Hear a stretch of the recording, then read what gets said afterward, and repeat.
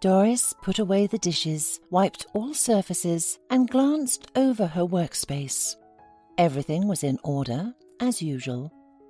She valued her job greatly, as it was the only one she could get. Doris was not ugly or stupid. She had taken many online courses and could easily replace any cafe worker without harming the establishment. However, Doris was mute. The cafe owner, Mr. Sutton, thought long and hard before hiring her. Doris did not beg or kneel. She had her dignity, even if life was not entirely sweet. Before coming here, she walked around half the city. She always brought all her educational documents with her, but she was not hired for good jobs where speaking was not necessary. She was not hired anywhere at all. Frankly, this cafe was almost the last option. Mr. Sutton was drumming his fingers on the table. "You understand that I can't put you behind the bar and let you go as a waitress. I can't even make you a cook's assistant, because you won't be able to look at your notes all the time. Everything needs to be quick and clear. I have a few vacancies. I can offer you a job as a dishwasher. You don't need to talk there. Wash the dishes, and that's all." Doris tried not to show her joy and nodded. "Well, then start tomorrow. And don't be offended, but I'll keep an eye on you at first." Doris nodded again and smiled. Mr. Sutton realized from Doris's first day at work that he had done the right thing. The girl did not get distracted by conversations or run to smoke every 5 minutes, but at the same time, the quality of her dishwashing was excellent, and he never saw a pile of plates on the sink. Already, after a week, at the next meeting, he used Doris as an example for her shift worker. Lola came here through her friend's patronage, who had been working as a waitress here. Lola didn't like to work, but she got a job only because her mother made her. A meanie upstart. Doris turned sharply at these words. Lola and her waitress friend were standing behind her, both smiling. "Well, give me some answer that's at least worthy." They laughed and Doris just walked away. If God didn't give people a brain, there's no point in looking for it. 6 months passed. Lola and her friend still teased Doris, but they behaved politely in front of the boss. The rest of the workers didn't take anyone's side, just watched from the sidelines and laughed. They didn't have any special friendship with Doris. Who needs a dishwasher woman as a friend, especially a mute one? Doris was different at home. First, she was always greeted by Ollie, the cat she had picked up almost immediately after her parents' death 4 years ago. It was then that she stopped talking. Doctors treated her at first, but then shrugged their shoulders and said that this was stress, her body's reaction to what had happened, and medicine was powerless here. Doris needed a psychiatrist who specialized in this, but there were none available. For a long time, she couldn't accept it, but then she noticed that it was even more comfortable that way. She didn't have to answer those who asked how she coped with everything out of politeness. Doris was in the car with her parents, sitting in the front passenger seat, and was supposed to die under the wheels of a truck too. But she didn't like to fasten her seatbelt, even though her dad scolded her. She was thrown aside at the moment of the crash. Though bruised and cut, she survived, and her parents did not. One day, after being discharged from the hospital, Doris was returning from a walk. She had already approached the house when she heard some squeaking. She went up to the garbage cans and found Ollie.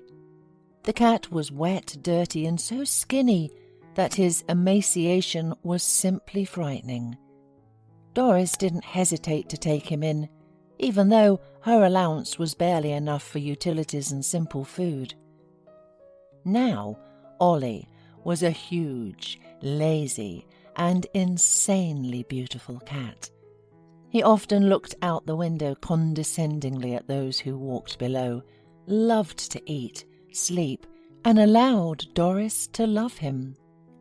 She sometimes smiled, thinking that she was the one living with the cat, not the other way round.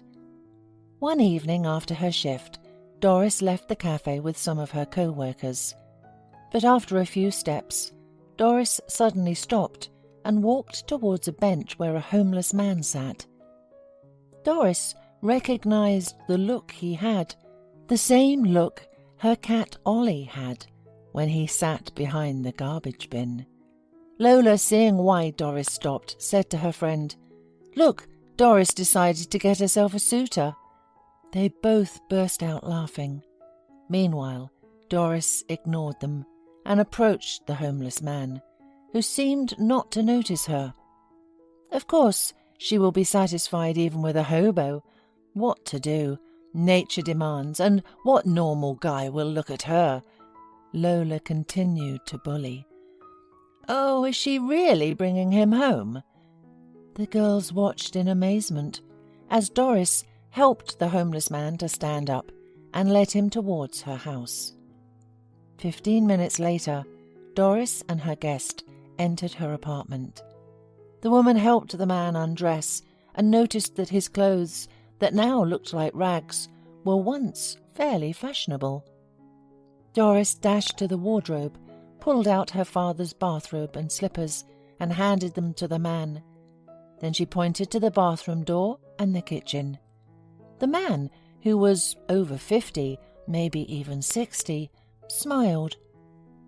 "I've understood. I'll wash up and come to the kitchen." After taking the shower, the man became literally unrecognizable, and Doris saw with relief that there was no trace of addiction or any wrong way of life on his face. She poured soup into bowls and put out bread. The man sat down on the chair and said, "Why are you so quiet, my saviour? What's your name?" Doris took a notebook and quickly wrote to him. He shook his head, upsetting. "Such a pity. You're so young and beautiful. And I'm almost like you. I can talk, but do not remember my name or surname or where I come from, so I do not say almost anything." Doris wrote, "How long have you been on the street?" The man shrugged. "About a month, maybe more. I regained my consciousness. Not here. There's a big dump outside the city. That's where the local homeless people brought me back to my senses.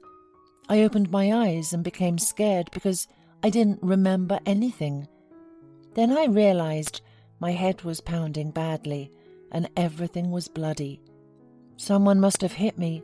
I wanted to go to the police right away, but those vagrants discouraged me. They said they didn't treat homeless people well there. Even though I don't remember anything, it was still scary."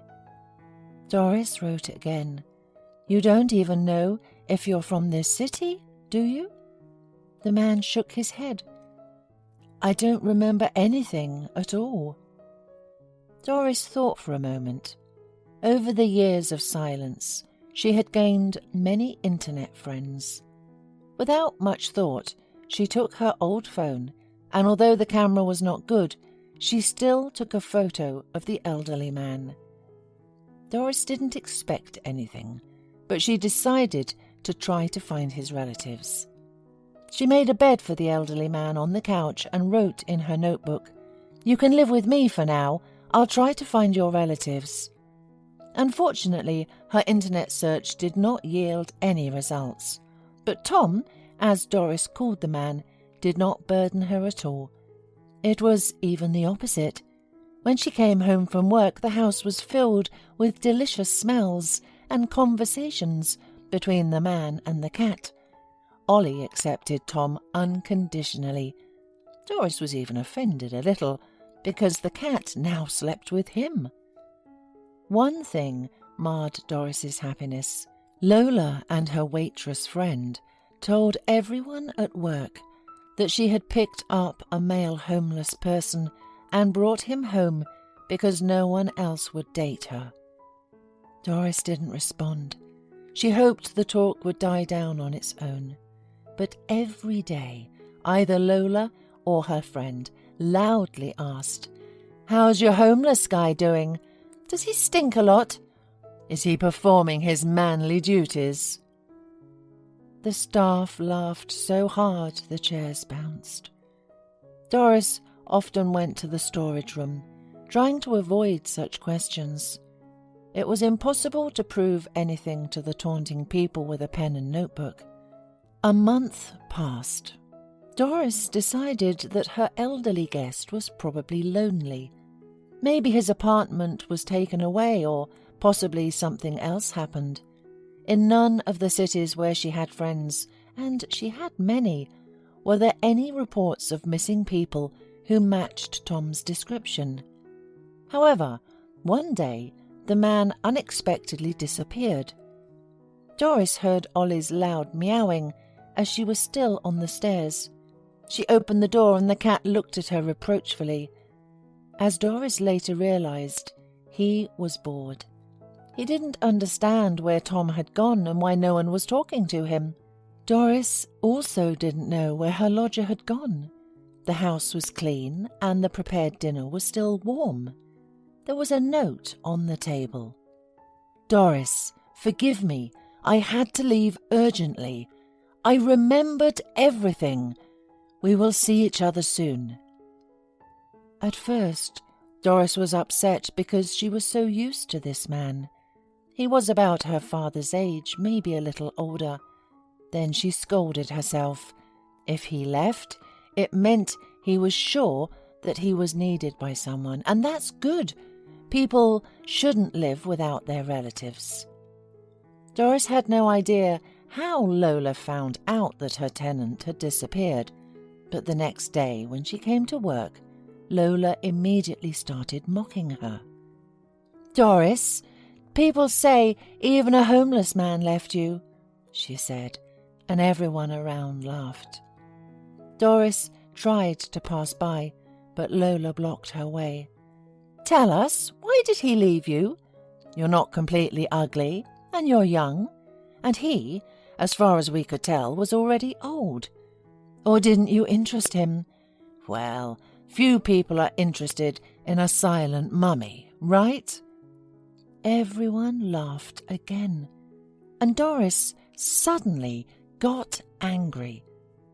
Without thinking twice, she remembered what she had learned in the sports section in school years and showed Lola a good karate move.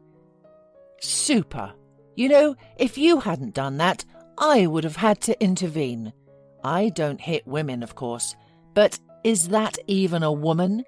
She isn't even a human." Doris turned around in surprise. A young man was standing next to her. He lazily smiled and extended his hand to Doris. "My name is Harrison. I'm the son of that homeless man you took in." The staff left crying Lola and listened with surprise to their conversation. Doris quickly grabbed her notepad. "How glad I am that he's okay. Why did he leave without saying goodbye?" The man raised his hands and smiled. "He'll answer all your questions himself. He's at home under the doctor's observation. I came for you. You see, if it weren't for you, my wife, who will soon become my ex-wife and then go to jail, decided she had the right to decide who should live and how. Well, you'll find out everything from my dad. And by the way, he said not to come without Ollie." Doris smiled, and Harrison continued, "You won't have to come back to work here. I guarantee you that. We'll definitely cure your illness. You'll be able to live a full, normal life." He talked some more, leading her to the white SUV. She had only seen Lola once afterward. She and her husband, Harrison, came to her hometown to sell her apartment. They had to stay for a few days, and one evening they took a walk and met Lola. She did not immediately recognize Doris, and it was really hard to recognize the gorgeous woman who was arguing with a handsome man as the mute Doris. And when Lola finally understood who was in front of her, she opened her mouth, but then quickly turned around and went in the opposite direction, apparently not to get upset.